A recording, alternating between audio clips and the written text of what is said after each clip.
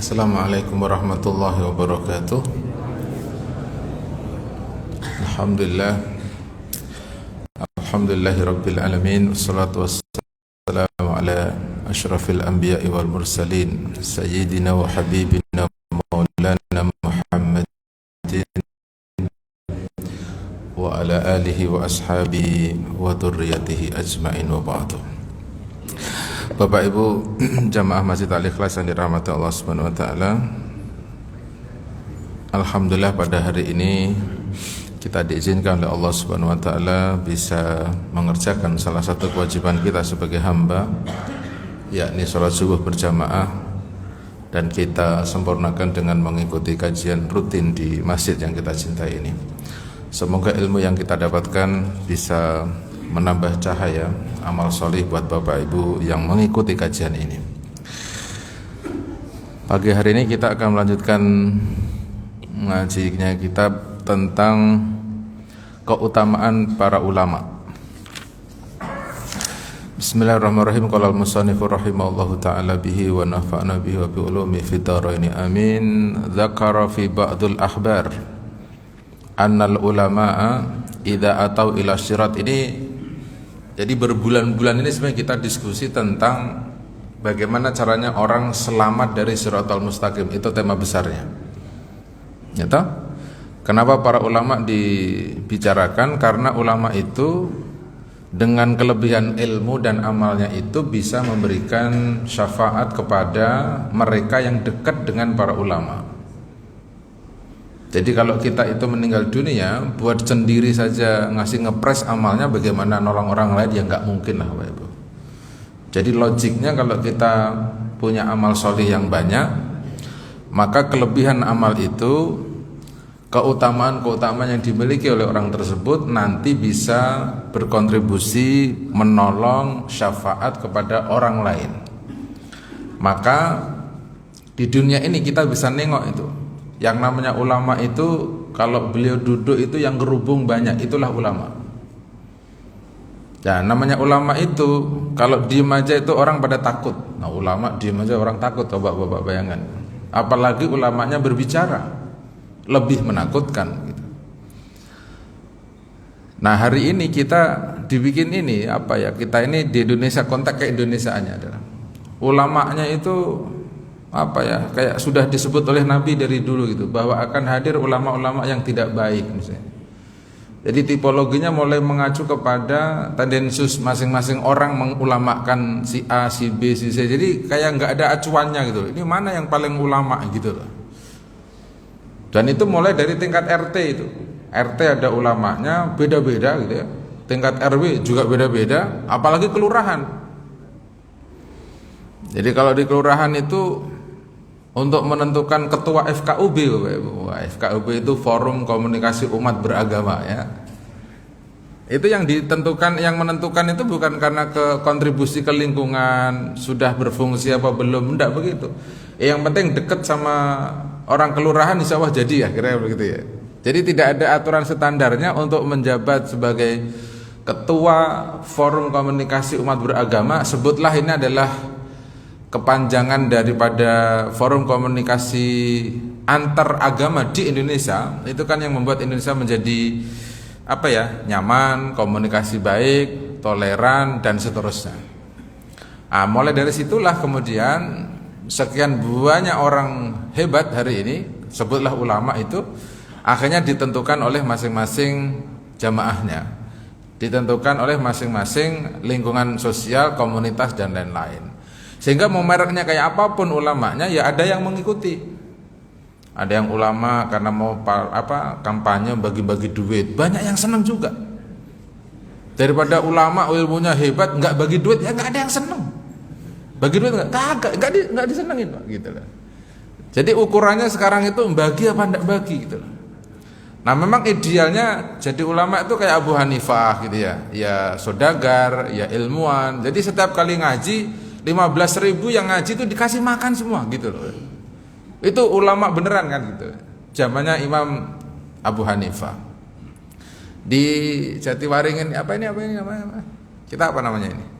Jati AC ya? Bapak Ibu pernah nggak pergi ke ulamanya Jati Asih kalau ngaji itu dikasih makan gitu? Ya ngaji sih banyak, dikasih makan enggak, itu pertanyaannya kan gitu. Ya kadang-kadang ada orang datang kalau ngaji itu dapat makan tuh seneng gitu loh. Kalau nggak percaya tanya sama ibu-ibu dah. Ibu-ibu itu kalau ngaji rutin tuh 7 orang. Tapi kalau ada tambahannya, ada akikah, ada syukuran rumah, 150. Itu bukan di sini, Kampung 2 tempat saya. Sini sih bagus.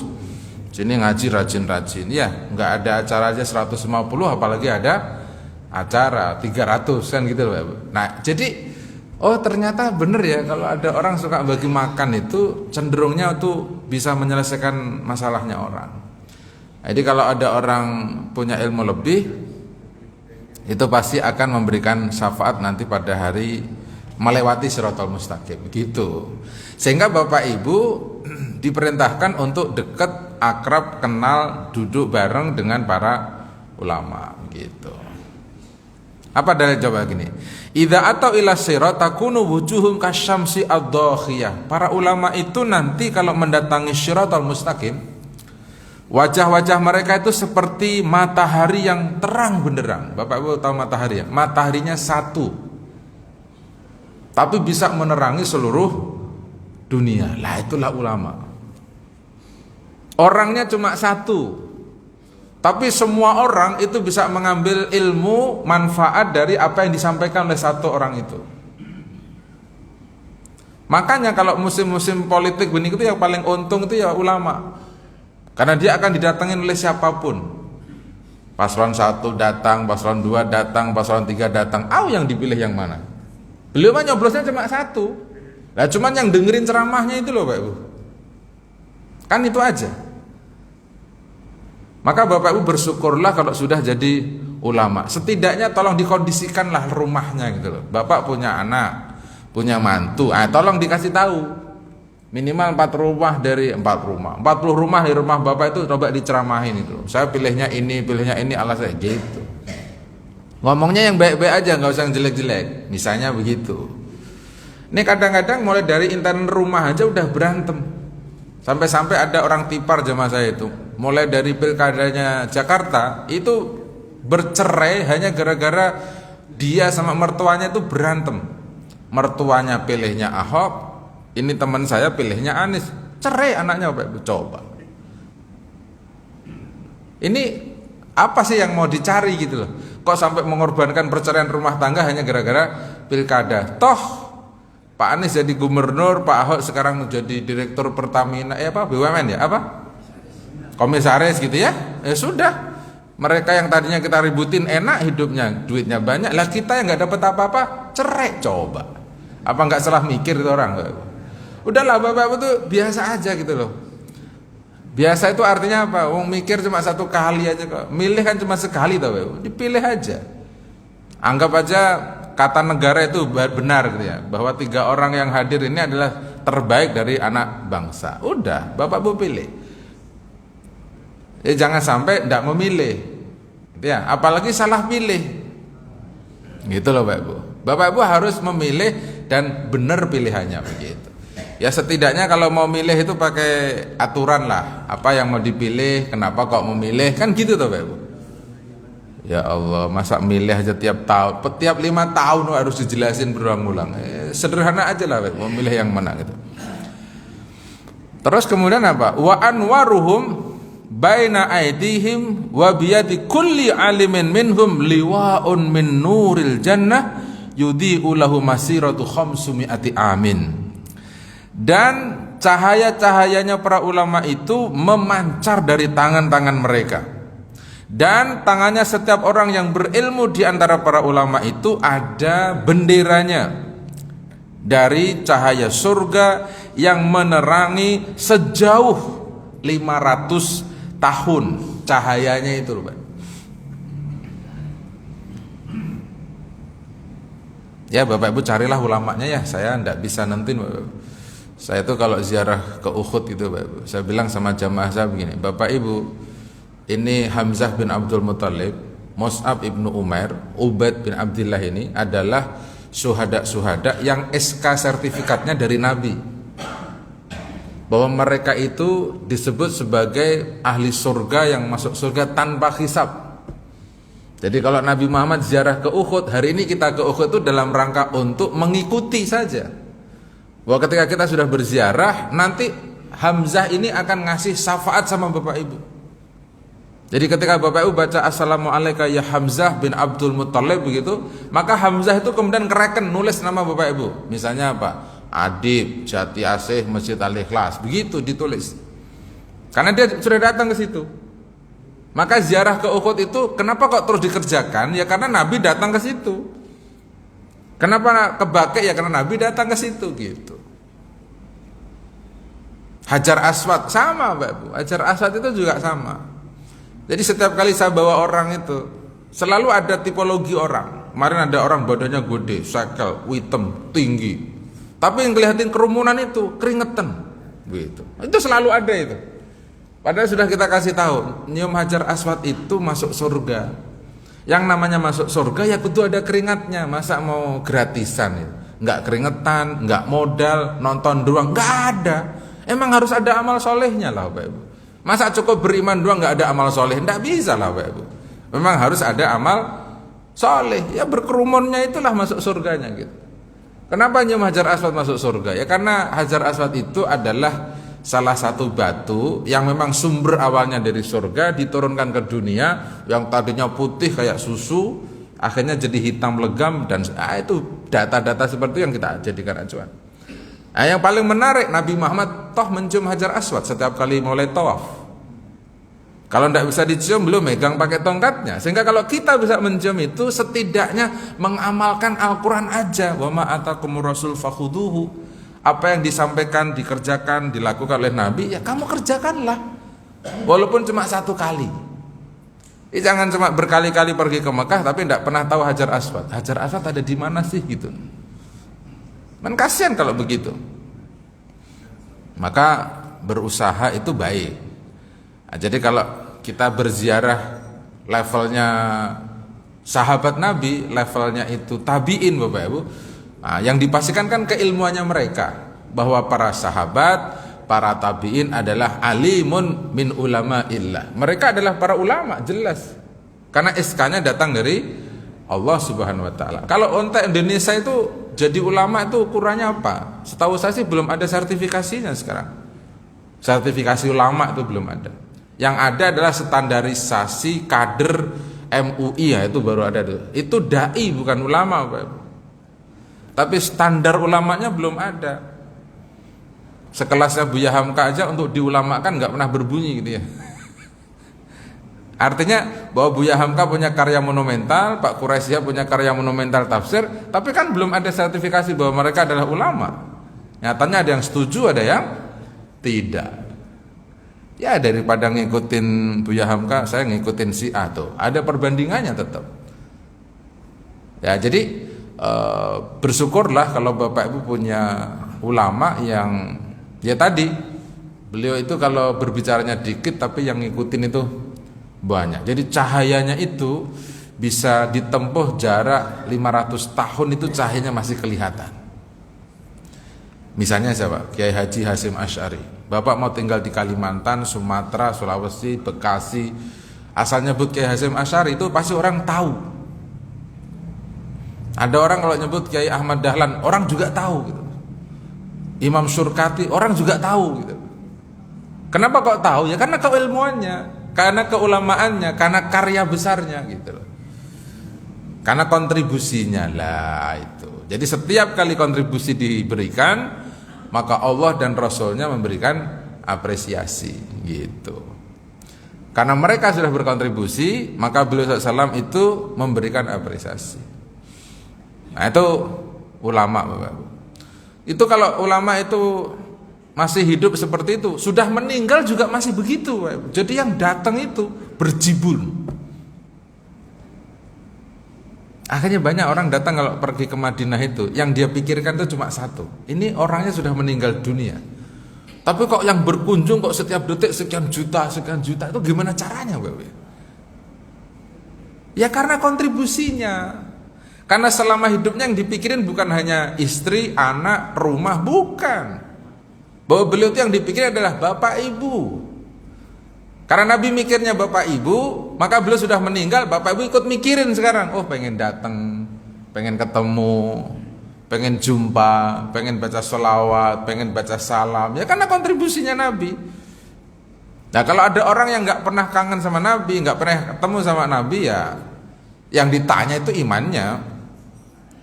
Yang ditanya adalah ilmu sama keyakinannya. Kenapa Anda tidak mau baca salam sementara sekian juta orang datang tiap hari?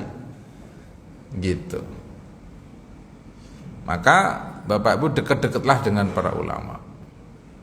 Nah, ini ada istimewa ulama, ada nahdlatul ulama, ada majelis tarjih ulama, wah macam-macam kan istilahnya Bapak ya.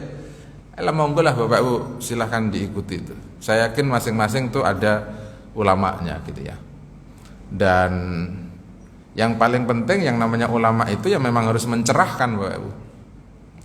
Jadi bukan berpikiran sempit akhirnya menyengsarakan. Memang ulama harus mencerahkan karena kealimannya, karena keilmuannya dan seterusnya begitu. Anda lagi apa? Wa tahta liwa'il alim kullu man iktada bi ilmih wa kullu man ahabbahu fillah. Jadi di bawah benderanya para alim dan semua orang yang mengikuti ilmunya dan semua orang yang mencintainya karena Allah, mencintainya karena Allah. Jadi kalau saya jadi guru ngaji, enggak usah ulama, guru ngaji aja lah. Kalau Bapak itu cinta sama ngajinya, harusnya cinta pula sama orangnya. Jadi jangan kalau orangnya enggak cocok tiba-tiba dibenci. Jadi bencinya itu karena enggak cocoknya. Jadi bukan karena ilmunya. Ya orang-orang yang bisa datang duduk ngaji itu ya mesti karena cintanya dia sama ilmunya, Pak. Ilmunya orang ini, ilmunya alim ini gitu. Maka kita bisa nyari data banyak ya Pak. Kalau diskusinya tentang ulama, para alim itu banyak bisa dicari itu. Jadi Bapak Ibu disuruh mengikuti.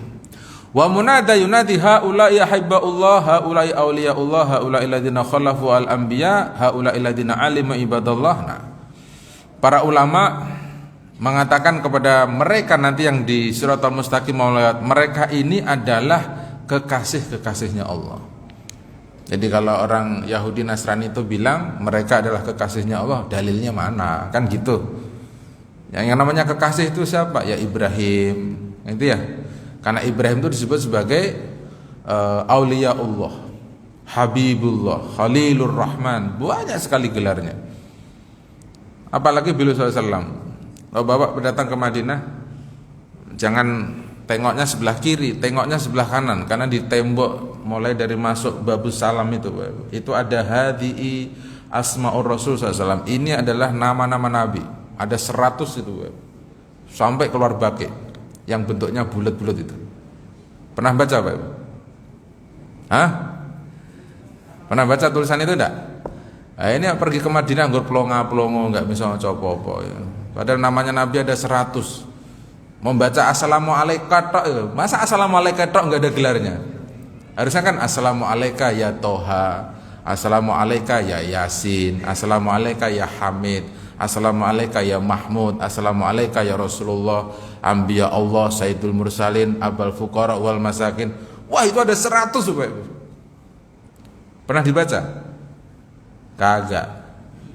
Enggak tahu. Iki tulisan apa nih? Gitu. Akhirnya ke Madinahnya ya kosong. Pulang-pulang dari Madinah yang begitu-gitu aja, berubah juga kagak. Oh, udah ketahuan dia di situ dia baca. Oh, Nabi Muhammad itu bapaknya orang-orang miskin. Sampai-sampai kalau dulu ada sahabat yang meninggal dunia punya hutang, saya yang bayar, coba. Kalau sekarang orang meninggal itu banyak utang semua, nggak ada yang bayar pula, coba. Karena nabinya udah nggak ada. Jadi kalau Bapak pergi ke Madinah itu ngeliatin, oh Nabi itu ada abal fuqara wal masakin, bapaknya orang miskin sama orang fakir itu Nabi Muhammad SAW. Bapak Ibu Masya Allah punya saudara laki-laki ngutang duit 500 juta, itu bermusuhan, berantem kakak sama adik. Ada nggak di Indonesia begitu? Banyak Pak, banyak Pak. Padahal Nabi Muhammad itu kenal juga kagak, ngerti juga kak, yang penting dia itu umatnya itu saya yang bayar. Kenapa sih Bapak Ibu nggak begitu gitu loh, sama adiknya, kakaknya itu loh Bapak Ibu. Kalau punya hutang tuh jangan ditunggu sampai mati, apalagi masih hidup aja udah dosa gitu loh. Ditagih nggak dibayar, nggak ditagih nggak tahu diri, kan gitu yang terjadi sekarang itu.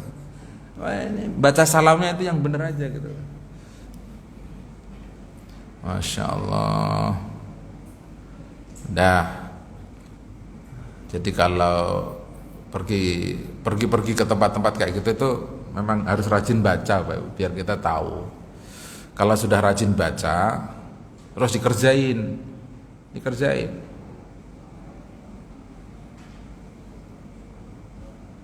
Kalau saya tuh hobinya tuh ngapalin ya Pak. Jadi mana di masjidnya Nabi itu kan ada tulisan-tulisan banyak ya. Ya itu kan bisa dibaca oleh Bapak Ibu. Misalnya Nabi mengatakan syafaati li ahlil kabair min ummati. Syafaatku itu akan aku berikan kepada umatku yang punya dosa-dosa besar. Jadi kalau dosanya kecil-kecil itu ya nggak butuh syafaat Bapak Ibu. Jadi yang dosa besar-besar aja itu, tapi dia tetap umat Muhammad. Dia zina, dia mencuri, dia membunuh, tapi dia umat Muhammad. Nanti dapat syafaat itu. Asal dia mau datang ke Madinah, mau baca salam sama begitu. Nah segini banyak orang itu kan setahu saya nggak punya dosa besar Bapak Ibu. Hah? Bapak Ibu nggak punya dosa besar? Punya Bapak Ibu? Enggak kan? Bunuh pernah?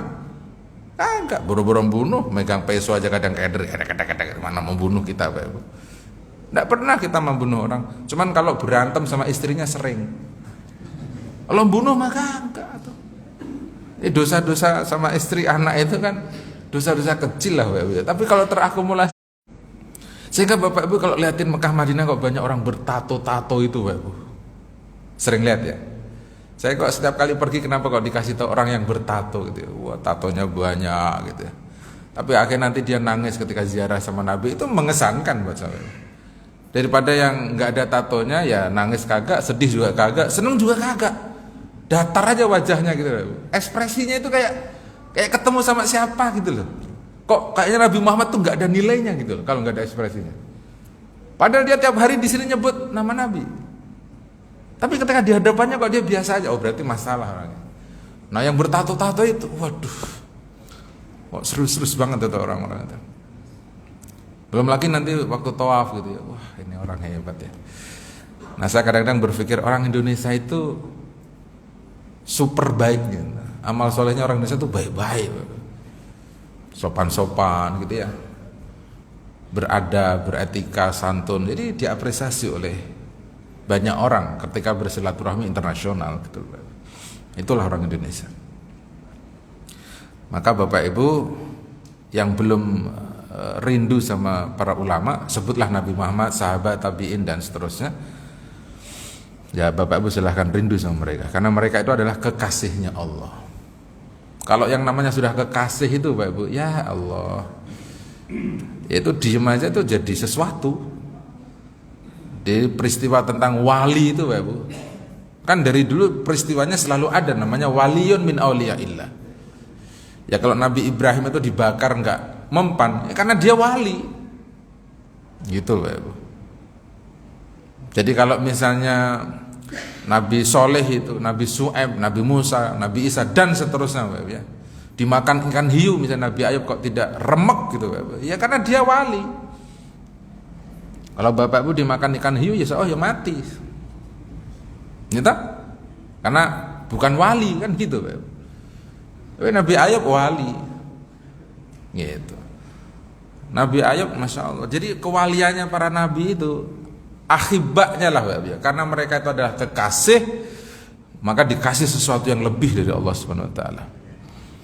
Kemudian apa gelarnya? Haula'i auliya Allah. Mereka ini adalah wali-walinya Allah. Jadi kalau bahasanya orang Indonesia itu setiap RT itu ada walinya. Wali itu sahibul wilayah. Jadi yang megang itu orang itu. Nah, itu pasti ada itu setiap RT katanya. Ini sesepuh, tokoh masyarakat itu selalu ada. Nah, semoga Bapak Ibu jadi salah satu wali di RT. Kalau di RT enggak ya minimal wali di rumahnya sendiri. Wali murid namanya. Karena bapak punya anak yang jadi wali. Haula'il ladzina khalafu al-anbiya. Para ulama ini adalah penerus para nabi. Terus kemudian apa? Para ulama ini adalah yang mengajarkan hamba Allah. Ulama itu ngajarin, bukan mutusin, nyesatin, apalagi ngerendahin, apalagi ngejekin. Aduh, ndak. Kalau masih ada orang kok ngejek, ngerendahin, bentar-bentar ini, itu mah ulamanya dicorek aja nggak apa-apa. Ulama itu ngajarin, mereka ngikut syukur, enggak ya enggak apa-apa. Wong yang diapresiasi itu dia menyampaikan, itu diapresiasi. Ngikut itu cerita nomor 100 Bapak Ibu. Makanya kenapa Nabi Ayub itu Bapak Ibu, Nabi Ayub, Yakub, Yusuf dan seterusnya itu dipermasalahkan oleh Allah itu kan karena mau meninggalkan dakwah. Ceramah 120 tahun punya pengikut cuma 2 orang, nah itu akhirnya saya nggak mau ceramah, males. Ternyata meninggalkan dakwah itu yang paling dilarang. Kamu tuh kewajibannya dakwah, nyuruh yang baik gitu. Di Indonesia ini yang nyuruh yang baik sudah banyak Bapak Ibu. Yang belum banyak itu yang nomor 2, nahi mungkar yang belum banyak itu.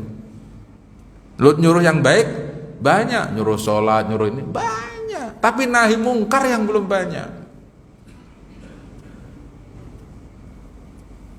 Yang mau nahi mungkar tuh baru 1, Habib Rizik aja. Mana yang lainnya? Tunjuk jari dah. Siapa? Nyuruh sholat semua tuh, nyuruh sholat, silaturahmi banyak. Tapi yang berani negur kalau ada salah, ada yang berani negur ketika keliru menurut agama, banyak Habib Rizik aja. Bahwa zina tidak boleh, ya itu dong. Ini yang satu sisi sholat tapi zina jalan, sholat mencuri jalan. Jadi yang jelasin tuh korupsinya gitu loh. Ini jangan yang korupsi duitnya banyak dideketin sama ulama, dapat duitnya banyak itu ulamanya. Giliran ditangkap kincelup ulamanya. Kemarin mau foto terus mendampingi ketua KPU. Kalau foto sama orang terkenal kan biasa tuh. Oh sama presiden, oh menteri, gubernur, biasa. Giliran besok dicomot, kelar itu barang Bapak Ibu. Masya Allah, tabarakallah. Baik. Kemudian apa Bapak Ibu? Haulai allazina da'au, mendoakan, mengajak kepada Allah Subhanahu wa taala. Ngajak Bapak Ibu. Nah, ngajak itu ya pakai bahasa macam-macam ya. Kalau bahasa Al-Qur'an kan ud'u ila sabili rabbik bil hikmah wal mau'idah al hasanah. Ngajak. Nah, karena ngajak mestinya ada aturannya. Cara ngajak, model ngajak, biar bisa mau diajak, kan macam-macam tuh. Nah, kita itu kalau nggak terjun ke situ, ya kita nggak akan pernah ngerti getir pahitnya dakwah. Namanya orang ngajak. Kalau saya alhamdulillah dari semenjak saya numpang di Bekasi ini ya, resmi saya jadi ustadz guru ngaji itu kan tahun 2004 setelah menikah kali ya. Sebelumnya kan saya masih semi ustadz, setengah ustadz, belum ketahuan lah ustadznya mereknya apa gitu ya. Akhirnya jadi guru ngaji itu pilihan. Oh dulu waktu saya masih susah kalau ngaji harus ngikutin jamaah. Oh nanti kalau jamaahnya nggak seneng nanti saya nggak dapat rezeki. Itu dulu. Kalau sekarang kita balik, nggak seneng ya nggak apa-apa. Yang penting kita sampaikan aja. Ya toh? Karena orang dakwah itu pasti berisiko. Nah, kita dakwah kok nyenengin semua orang. Dakwah itu bukan nyenengin kok Bapak Ibu. Dakwah itu mengabarkan. Kemarin saya pergi ke museum baru. Bapak Ibu mungkin belum pernah pergi ya. Ada museum baru dibuka sama Saudi per tahun 2023 katanya habis corona. Namanya Museum An-Nur, Ma'ratun Nur di lereng Gunung Jabal Nur. Museum paling baru tuh. Termasuk Jabal Sur. Dalam waktu dekat juga akan jadi museum. Jadi masuknya berbayar memang 15 real per jamaah. Isinya apa ya Pak? Ya sejarah tentang wahyu. Wahyu, bagaimana wahyu itu merubah dari Nabi Adam, Nabi Nuh, Isa, Musa sampai Muhammad SAW.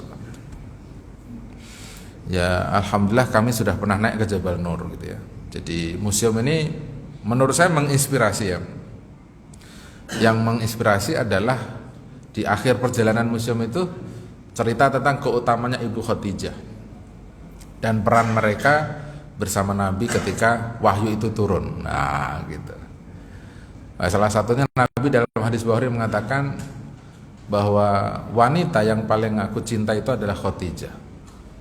Dan saya dikasih rahmat oleh Allah, salah satu yang paling hebat adalah rezeki saya adalah mencintai Khadijah. Jadi Nabi mengatakan apa? Uhibbuha min rizki min Allah. Jadi mencintai Ibu Khadijah itu adalah rezeki dari Allah. Hebat itu kan Pak.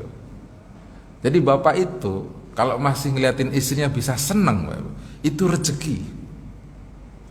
Yang masalah itu kalau bapak liatin istri emosi. Loh bener nggak? Ini ditulis di museum itu. Oh, bahwa Nabi Muhammad dakwah nerima wahyu bisa hebat itu. Ada ceramahnya Khadijah pada waktu itu. La tahsyahum ya Muhammad fa innallaha la yudaiuka. Muhammad, kamu tidak usah takut. Allah tidak mungkin meninggalkan kamu, apalagi menyengsarakan kamu, apalagi menderitakan kamu. Kenapa begitu? Karena kamu adalah orang yang bertakwa. Karena kamu adalah orang yang selalu silaturahmi. Karena kamu adalah orang yang selalu baik dengan fuqara masakin. Tidak mungkin itu Allah akan menyengsarakan kamu. Coba, itu kan motivasi gue. Karena pada waktu itu Nabi Muhammad kan zamiluni. Ada ketakutan, kekhawatiran luar biasa, lemes, capek. Tapi ada peran Ibu Khadijah. Menarik. Akhirnya saya jadi pembimbingnya bilang gini, jadi kesimpulannya apa Ustadz? Kan ada tour guide-nya yang menjelaskan mahasiswa-mahasiswa Saudi itu. Jadi kesimpulannya apa Ustadz? Kalau jadi presiden harus ada istrinya. Nah itu kesimpulannya. Kemarin, la ilaha, bukan di sini. Kesimpulannya Ustadz itu. Lah kalau nggak ada istrinya gimana ngurusnya Pak Ibu? Halo.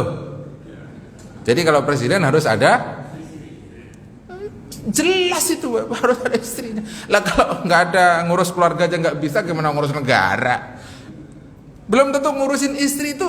Wah, Bapak Ibu pernah dengerin ceramahnya ini nggak? Ustadz Zainal yang ini viral itu.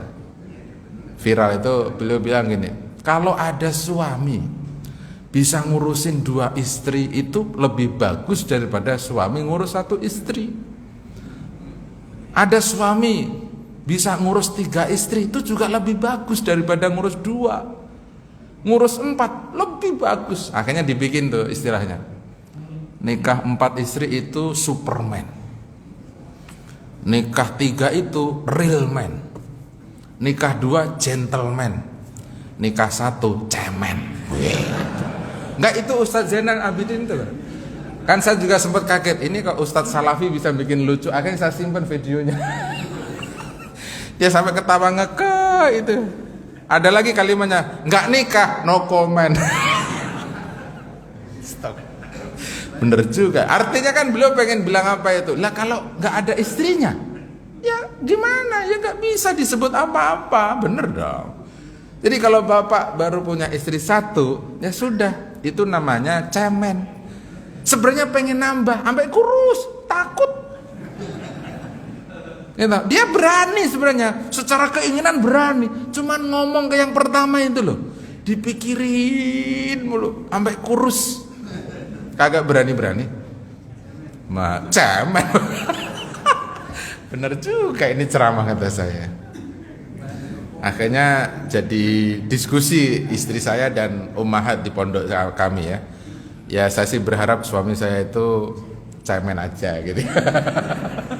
Jangan sampai jadi Superman lah gitu ya. Supermannya orang lain aja, suami saya jangan. Yes, monggo. Tapi bahwa Saudi itu kan memang berubah ya Bapak Ibu, pengen berubah lah ya. Sehingga tempat-tempat yang pernah dikunjungi oleh Nabi SAW itu mencoba untuk dibikin modern. Ya bentuknya museum. Jadi nanti Jabal Sur mungkin Bapak datang 3 tahun ke depan sebelum tahun 2030 Bapak ya. Karena 2030 semuanya sudah kelar itu visinya itu. Visinya MBS itu kan tahun 2030 Saudi Arabia akan menjadi Eropa kedua. Jadi infrastruktur, hotel semuanya sudah dirapikan. Sekarang ini sudah dimulai dirapikan, diremajain. Jadi kebijakannya juga sudah begitu. Wanita pada nyopir, kebebasan tidak boleh pakai jilbab, sudah dibiarkan. Jadi sekarang kalau kita ke Madinah itu, kalau kayak kemarin hotel di Swiss Makom, pagi-pagi breakfast itu banyak orang nggak pakai jilbab wanitanya. Itu sudah ada hari ini. Ini apa maksudnya? Ya mungkin kalau nggak begitu kiamatnya nggak terjadi, Pak Ibu. Saya menerjemahkannya begitu. Oh berarti kiamatnya udah dekat. Karena sudah dekat, ya Bapak Ibu yang belum pergi haji, mikirin dong, segera pergi haji. Karena jangan sampai udah kiamat, Bapak belum pergi haji. Bapak pasti ditanya itu, kenapa kok belum pergi haji? Ya belum mikirin. Nah, dosanya itu kan nggak mikirinnya itu, Bapak Ibu. Gitu. Jadi kalau datang ke Mekah itu selalu ada aja yang baru untuk disampaikan. Baik Bapak Ibu. Mana tadi? Allazina hafidhu hududallah. Para ulama itu adalah orang-orang yang menjaga hukum-hukum Allah. Jadi kalau ada ulama kok mencuri, ini Bapak Ibu cara nih ya, cara dakwah. Yang sering dipublikasi itu kan guru ngaji mencabuli santrinya. Nah itu kan menarik tuh ya. Jadi kok guru ngaji ya Bapak Ibu ya? Padahal guru ngaji itu ada jutaan itu. Kasusnya cuma kecil satu, guru ngaji entah ada di mana tahu itu. Kena semua kayak saya Bapak Ibu. Akhirnya orang-orang kayak saya itu kalau ngomong depan orang itu ada yang mandang sebelah mata, picik dan lain sebagainya. Ustadz loh. Itu gara-gara nontonin berita itu. Ternyata tidak semua guru ngaji baik. Salah, guru ngaji semuanya baik. Beritanya aja yang kelewat salah. Pakai redaksi guru ngaji. Kalau sudah disebut guru ngaji ya baik. Ketika dia tidak baik ya jangan pakai kalimat guru ngaji dong. Nah, ini cara kalimat disampaikan ke publik. Ada komunikasi apa ya? Komunikasi publik. Nah, akhirnya Bapak Ibu tuh biar nggak sampai anaknya Bapak Ibu takut, oh nggak usah ngaji. Nah, akhirnya kan ke situ tuh. Kalau ngaji nanti jadi ini, jadi itu, gitu. Akhirnya suruh pergi ke mall. Kalau ke mall malah bagus semua, bisa jingkrak-jingkrak, pakai baju apa gitu. Iya, jadi setan semua nanti akhirnya Bapak Ibu. Karena nggak mau ngaji. Nah, jadi kalau menjaga hukum Allah itu ya kan kita ngasih tahu jamaahnya nggak boleh berdiri kalau makan minum, itu kan kita yang ngasih tahu. Haulai masahibud dunya, mereka ini adalah lampunya yang menerangi. Haulai a'immatul huda, mereka adalah imamnya pemberi petunjuk. Apabila mereka sudah melewati siratal mustaqim, yudau ala ra'si kulli wahid minhum tajun min nuril jannah. Setiap kali dia sudah melewati sirat, maka para ulama itu akan dipakaikan mahkota yang bercahaya dari surga. Kemudian apa Bapak Ibu? Ketahuilah wahai Bapak Ibu, sesungguhnya Allah Subhanahu wa taala tabaraka wa taala la yuqbalu amalan bila ilmin. Ini penting. Bapak Ibu wajib tahu bahwa Allah Subhanahu wa taala tidak akan pernah menerima amalan Bapak Ibu kalau tidak ada ilmunya. Nah itu Bapak Ibu kalau ngeliatin di masjid ini ada orang sholat, yang lainnya sudah rapi, sholatnya jejer apa, yang satu masih jarak 1 meter, itu baru pertama kali ngisi. Dia takut itu kalau dirapetin, ganggu kata dia begitu, makanya dia jauh. Rapat itu nggak mau. Nanti kalau kita masukin ke situ, bisa dia marah-marah di dalam itu. Ya karena ilmunya belum ada. Itu baru cara berdiri. Nanti giliran dia rukuk, itu karena saking semangatnya dia sholat, itu tangannya sampai ke kakinya. Kata dia kalau semakin apa itu bagus, semakin sampai bawah, pahalanya semakin besar. Jadi ilmu lebih penting daripada ibadahnya. Nah itulah ulama, Bapak. Ngasih tahu itu lebih baik daripada mengerjakan. Jadi jangan pernah mengerjakan kalau belum tahu. Nah gitu. Hajar Aswad, saya hobinya itu ngantar jamaah ke Hajar Aswad. Hajar Aswad itu saya nyebutnya ekstrakurikuler yang harus berkeringat. Ya, kan banyak orang berkeringat ke Hajar Aswad kalau nggak tahu ilmunya. Bagi kita yang tahu ilmunya, kita sudah bersahabat. Yang namanya calo Hajar Aswad itu udah teman kita. Kemarin kita ketemu lagi 4 itu calo. Pak, mau masuk Hajar Aswad? Bapak aja santrin. Ayo Pak, tak bayar 5 real. Kurang ajar gak itu calo tuh. Dia tahu saya gurunya, ya tak. Dia nantangin gitu. Tak bayar 5 real. Beneran nih mau bayar 5 real. Udahlah, sampean kesana aja lah. Saya bawa jamaah tidak nyari duit. Kalau sampean nyari duit, selain jamaah saya aja. Akhirnya benar ketemulah waktunya Hajar Aswad. Dia calo di depan, saya di belakangnya. Bapak ikut saya aja. Kebalik, situ ikut saya aja sebenarnya gitu. Biasalah itu berantem sama calo-calo Hajar Aswad. Tapi prinsipnya Bapak Ibu ya, setiap kali saya ke Mekah itu ngantar jemaah, sebenarnya saya nggak mau mencium Bapak Ibu, karena saya tujuannya ngantar jemaah saya. Dan ya ketika kita bawa 15 yang dapat 5 ya alhamdulillah, karena kan ya banyak orang ya. Yang penting itu teknisnya, bahwa nyium Hajar Aswad itu butuh ilmu. Kalau cuman umpek-umpekan doang ya nggak dapat. Untat untut, mundur maju mundur, mental, kan begitu aja tuh hobinya Pak. Karena nggak pakai ilmu. Nah, pakai ilmu lah Pak. Ilmunya gimana Ustaz? Ya Bapak pergi dulu dengan saya. Kok enak banget saya kasih tahu. Bapak lagi nungguin kan? Enak aja. Sorry ya. Nah kita yang bisa jelas. Jenderal bintang 2, bintang 3 udah kita anterin Pak Ibu. Ya pakai bintangnya. Hajar Aswad mah enggak pakai bintang. Bintang sampai udah dicopot, enggak kayak nehrom kok. Mana ada bintangnya di situ? Ketua RW kagak ada di situ, ketua RW. Semuanya pakai kain nehrom. Harus pakai ilmu. Gitu. Nanti saya jelasin lah. Kalau ikut sama saya. Kadang-kadang saya ceramah serius begini, Bapak tulis satu-satu, ketemu di Mekah sama travel aja. Apa nggak tersinggung kita Pak Ibu? Umrah juga Pak? Iya Ustadz, sama-sama alhamdulillah gini-gini. Oh iya Pak, alhamdulillah, kan gitu ya. Ya kita sih bukan pelit ilmu, jamaahnya aja kadang-kadang yang kurang apa ya namanya, kurang tahu lah itu ya. Masa kita ngasih ilmu dia pergi sama orang lain, rugi kita. Terlaluan itu jamaah. Bapak Ibu, saya alhamdulillah sebulan ini kan saya ke Mekah 2 kali Bapak Ibu. 23 kemarin sampai 30, tanggal 1 sampai tanggal 12. Saya baru pulang tadi sore maghrib. Pak Adib itu hobinya WA begitu, ngaji gitu kan. Ya saya bilang kalau saya nggak capek, insya Allah saya datang gitu. Cuman saya kebayang jemaah Al-Ikhlas itu saya senangnya apa? Jumlahnya banyak, itu yang bikin saya senang. Udah itu, sebanyak ini tuh rata-rata udah sepuh-sepuh. Jadi saya nganggap Bapak Ibu itu orang tua saya gitu. Itu yang motivasi saya harus datang. Wallahi serius. Al-Ikhlas itu menarik masjidnya. Artinya jamaahnya banyak. Jadi sepanjang saya kuliah subuh, kalau sebulan itu 4 kali itu, mungkin jamaah yang paling banyak ya Al-Ikhlas ini. Paling banyak. Wallahi paling banyak. Artinya apa ya? Kemang Pratama kalah banyak maksud saya. Galaksi kalah banyak. Bilimun apalagi kalah banyak. Pokoknya Al-Ikhlas ini paling banyak. Jadi kadang-kadang capeknya hilang kalau kebayang jamaah Al-Ikhlas. Jadi apa Bapak Ibu? Nyium Hajar Aswad kalau tidak pakai ilmu susah. Tapi kalau pakai ilmu mudah. Itu penting tuh Bapak Ibu. Nah, ilmunya apa sih?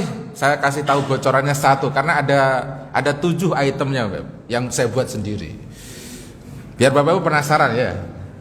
Ilmu yang paling mudah nomor 1 adalah, saya selalu ngasih tahu sama jemaah saya itu, Bapak Ibu, Hajar Aswad ini adalah pekerjaannya Nabi. Bahwa ketika kita tawaf, Nabi Muhammad itu selalu memulainya dengan yuqabbil Hajarul Aswad, mencium Hajar Aswad. Hari ini kita itu kan nggak bisa kalau tawaf nyium Hajar Aswad. Megang pakai tongkat juga nggak bisa. Akhirnya para ulama itu kasihan sama umat Muhammad yang tahun sekarang itu. Maka ada istilah istiqbal wa taslim. Jadi kita cium tangan kita, lalu disampaikan ke Hajar Aswad. Itu aja yang bisa dilakukan. Lah, kalau kita nyium Hajar Aswad itu, 1 aja keyakinannya, bahwa saya pengen mencontoh Nabi Muhammad SAW. Udah itu aja. Udah ya. Satu aja itu, yang 6-nya nanti kalau Bapak ikut sama saya. Biar jelas kan Bapak ya. Jadi biar kita yang sudah pergi tiap hari itu apa tahu gitu loh. Oh iya ya mereka. Orang banyak pergi ke Mekah, ditanya Hajar Aswad nggak tahu. Banyak orang pergi ke Mekah, Hijri Ismail tahu kagak. Karena nggak ada diantar, kalau kita nggak begitu.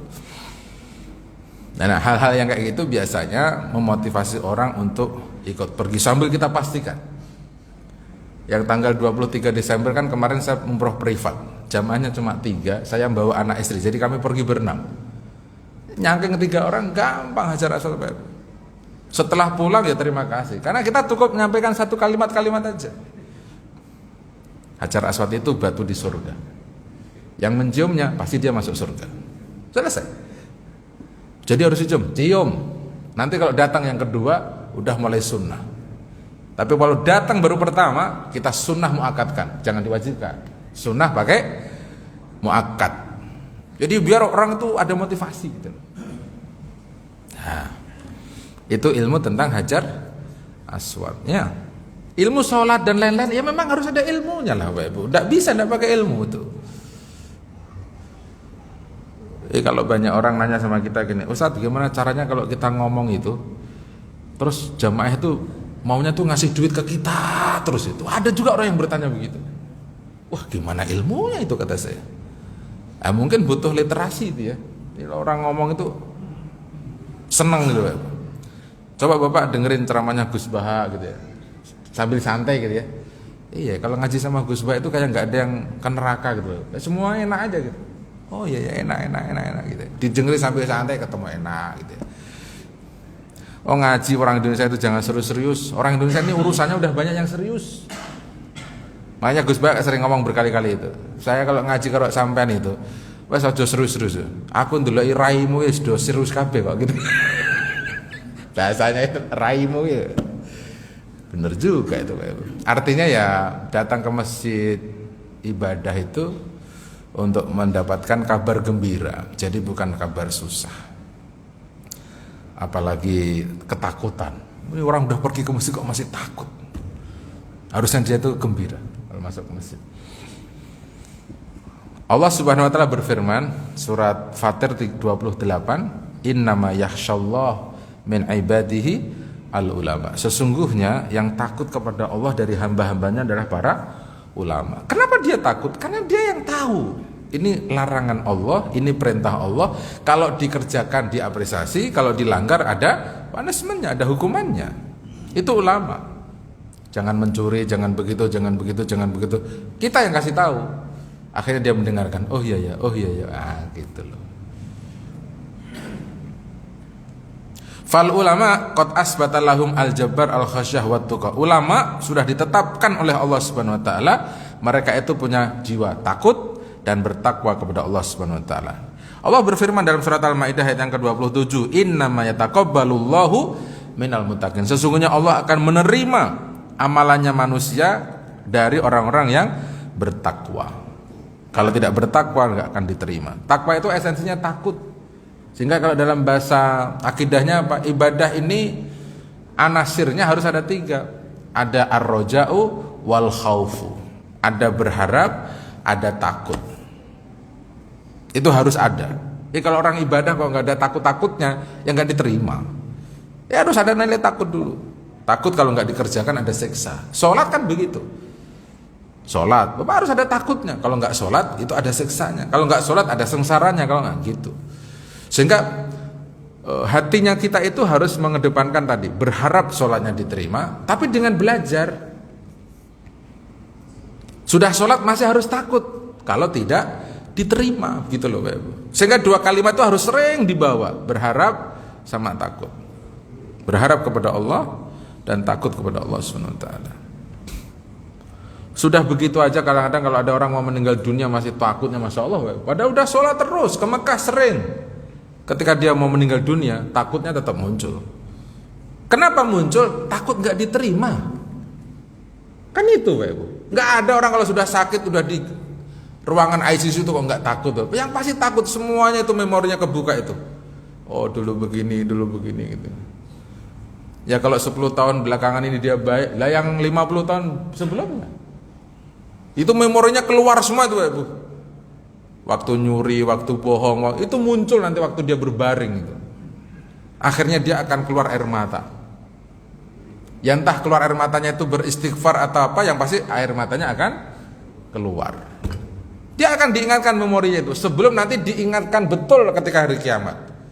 Dikasih catatan penuh itu harus dibaca. Kenapa kok diingatkan waktu dia berbaring? Maunya Allah dia itu bertobat, istighfar, minta maaf, minta ampun. Nah, itu aja maunya. Makanya kalau Bapak Ibu ada orang yang berhutang itu jangan ditunggu sampai mati baru diikhlaskan. Kalau mau dapat pahala itu diikhlaskan sebelum mati. Kan itu ayatnya. Kita ini kadang-kadang ini nunggu ikhlas itu kalau sudah mati. Padahal kalau sudah mati tetap aja nggak bisa diikhlaskan itu utang. Kenapa? Ya karena di masjid ini disampaikan kalau almarhum punya utang, tolong hubungi ahli waris. Bener ya? Nggak ada nggak di masjid ini kalau ada utang diikhlaskan? Nggak ada. Suruh hubungin ahli waris. Berarti utangnya berlanjut. Nggak bisa ikhlas itu. Dan saya kok belum pernah dengar ya pengumuman di masjid kalau ada jenazah itu. Alhamdulillah jenazah ini punya hutang banyak dan sudah diikhlaskan oleh semua orang. Kagak ada. Sepengetahuan saya pengumumannya selalu begitu. Hubungi ahli waris. Kalau ahli warisnya nggak bayar, dia yang digebukin. Jenazahnya digebukin, utangnya belum dibayar. Nyawanya masih gantung langit satu itu. Kalau sudah lunas baru masuk ke atas. Itu urusan dunia belum selesai dulu kan gitu. Makanya jangan banyak-banyak punya hutang Bapak Ibu. Karena hutang itu ibadah. Menghutangi juga ibadah. Cuman dua kalimat ini kok jadi masalah di masyarakat, kenapa? Ya karena nggak sesuai semua. Yang meminjamkan nggak pakai aturan, yang minjem juga nggak pakai aturan. Sehingga Nabi sudah mengatakan, idza aslaftum fasluslif bikailin wa wasnin ma'lum. Bapak Ibu kalau mau berhutang itu ukurannya harus dipastikan, diketahui. Jumlahnya juga harus dipastikan. Artinya mampu bayarnya gitu. Lalu pakai limit waktu yang dipastikan. 3 kalimat itu harus pasti semua itu. Tawan dia penghasilannya 500.000 sebulan, ngutangnya 1 juta, ya insya Allah nggak akan kebayar Pak Ibu. Maka Bapak kalau ada orang datang mau menghutang itu ditanya dulu, mau utang berapa? 5 juta. Coba rekening korannya 3 bulan terakhir mana? Kayak bank kan gitu ya. Kita juga boleh begitu. Ya insya Allah nggak jadi utang. Karena data rekening koran itu bisa dipalsukan kan ya. Main dengan apa-apa akhirnya keluar tuh data. Ya Allah Gusti. Udah hidup yang sederhana lah Pak Ibu. Bertakwa takut sama Allah SWT. Wa man la ya'lam la yatuqa. Orang yang tidak punya ilmu dia tidak akan bertakwa. Wa kaifa yataqi ma la yadri ma yatuqa. Bagaimana dia bisa bertakwa kalau dia tidak tahu apa yang mau ditakuti? Kalau dia nggak pernah ngerti neraka, ya nggak mungkin dia takut. Nah, museum ini kemarin itu bagusnya begitu. Dia cerita dari awal Nabi Adam. Nabi Adam, TV gede-gede, apa ya? Ya kayak gedung biskup, bagus lah. Menurut teman-teman sih bagus.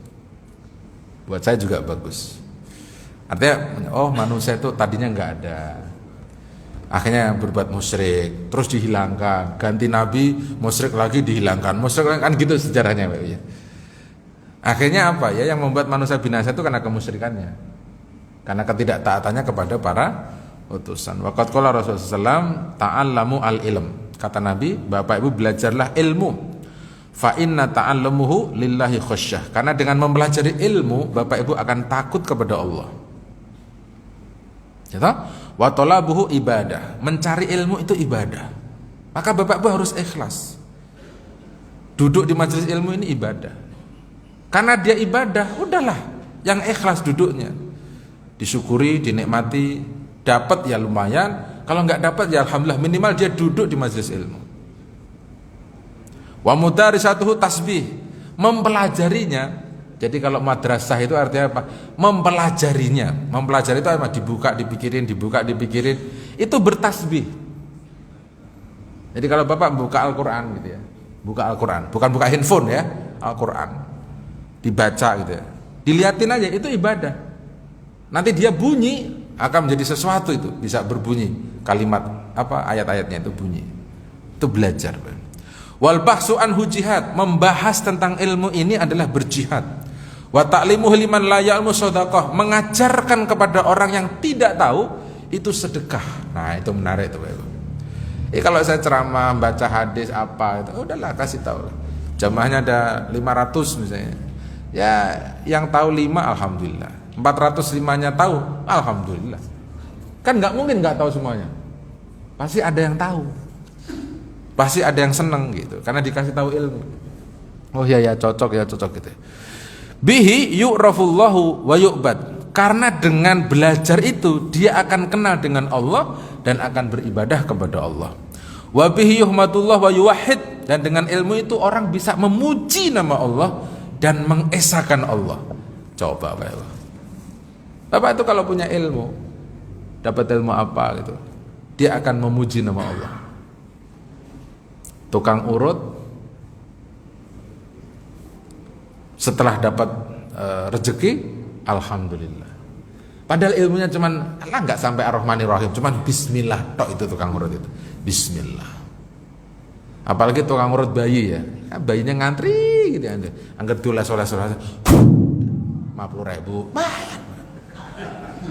Oh itu nggak perlu kuliah jadi dokter macam-macam. 50.000. Ngantri lagi itu. Oh ini pilek, penyakitnya sama kalau di tukang urut setahu saya. Oh ini kayaknya kecengklak, keselai. Ya iya namanya kecil mau ngapain sih, kan ilmunya itu aja. Ya tapi alhamdulillah habis diurut ya anteng nih Ibu. Ya karena bismillahnya itu. Coba. Itu belum sampai ar-Rahmanir-Rahim ya, makanya 50.000. Coba sampai ar-Rahmanir-Rahim. Bismillahirrahmanirrahim. Insya Allah 100.000. Masya Allah. Jadi kalau ya ini dunia perilmuan ya, ilmunya para alim tuh Bapak. Kemudian apa? Huwa imamul amal. Ilmu itu adalah imamnya amal perbuatan. Wal amal tabi'uhu. Amalan itu mengikuti ilmu. Yarfa'ullahu bil ilm aqwaman fayaj'aluhum lil khairi qadatan. Allah mengangkat orang yang berilmu itu di antara banyak kaum. Dan Allah menjadikan mereka kebaikan-kebaikan mengikutinya karena ilmunya. Wa aimatu yaqtadi bihim wa yantahi ila ra'yihim. Orang-orang pada mengikuti orang-orang yang berilmu. Faqad bayyana Rasulullah SAW annal ibad la takunu ila bil ilm, bahwa Allah Subhanahu wa taala mengingatkan kepada Bapak Ibu. Nabi SAW juga menjelaskan kepada Bapak Ibu, sesungguhnya hamba-hamba Allah la takunu illa bil ilm. Bapak tidak akan pernah disebut hamba Allah kecuali ada ilmunya. Liqaulihi sallallahu alaihi wasallam bihi yu'rafullah wa yu'bad. Dengan ilmu itu dia kenal Allah. Jadi kalau bahasanya kita apa Pak? Mungkin Bapak pernah dengar data tentang orang yang membunuh 100 orang itu ya. Terus dia bertanya sama orang berilmu, cuma ilmunya kurang. Ini kalau saya bertobat setelah membunuh 100 diterima ndak? Kakean dosane kecah katanya. Nggak diterima tobatnya itu. Akhirnya sekalian aja dibunuh. Karena ilmunya salah. Akhirnya dia tanya sama ulama yang lebih alim, diterima nggak tobatnya? Diterima. Karena Allah Maha menerima tobat, cuman ada aturannya. Nomor 1, kamu harus pergi dari tempat ini. Nomor 2, pergi ke tempat yang lebih baik lingkungan sosialnya. Yang nomor 3, ya jangan diulangi. Pergilah ini orang, mati di tengah jalan. Tapi tobatnya diterima, sedang OTW aja diterima itu Pak. Jadi Bapak Ibu itu mau bertobat itu sudah dapat pahala. Mau mencuri nggak jadi, dapat pahala. Mau korupsi nggak jadi, dapat pahala. Sebenarnya saya pengen korupsi Ustaz, tapi nggak jadi, bagus.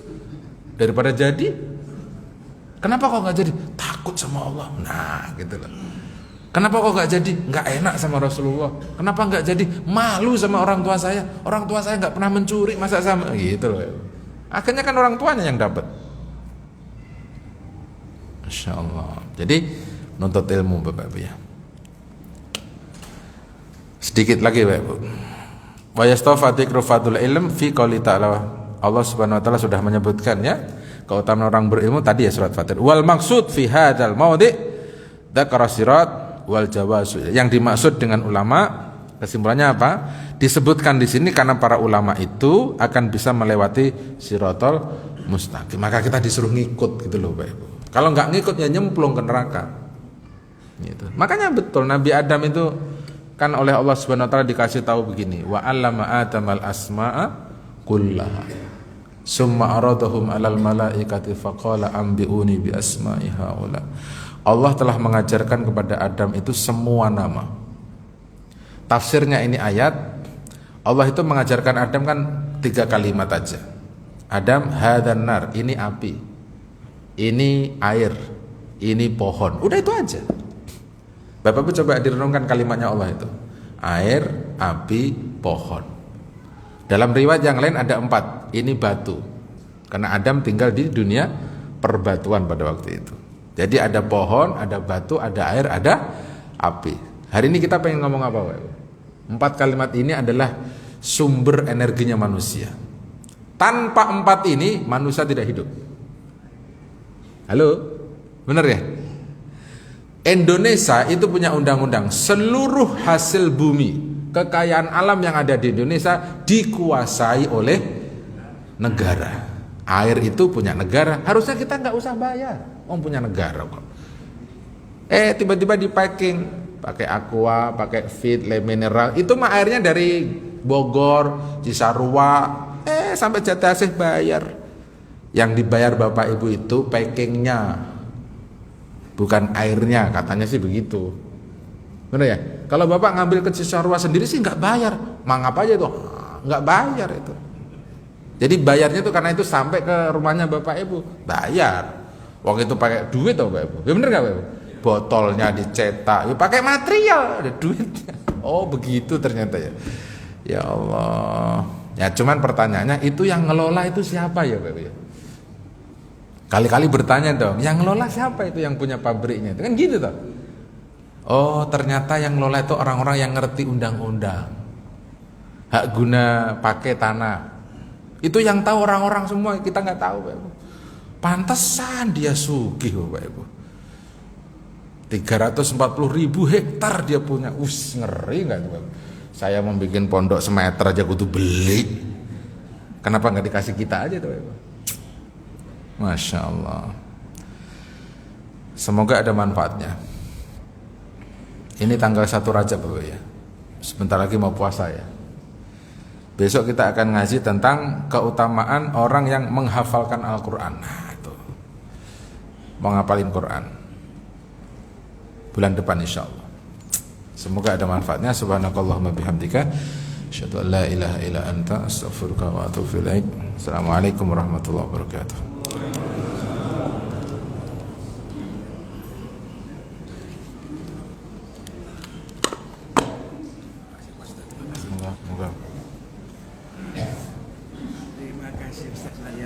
Ya. Alhamdulillah. Kayaknya bulan lalu nggak kelihatan saya. Oh, pas umrah. Oke. Assalamualaikum warahmatullahi wabarakatuh. Sampaikan kepada Bapak Ibu jamaah sholat subuh yang Allah. Nanti setelah selesai melaksanakan sholat subuh, mari kita menikmati dari siapa orang panitia selesai mengisi baut utara. Demikian informasi yang kami sampaikan. Wabillahi taufiq wal hidayah.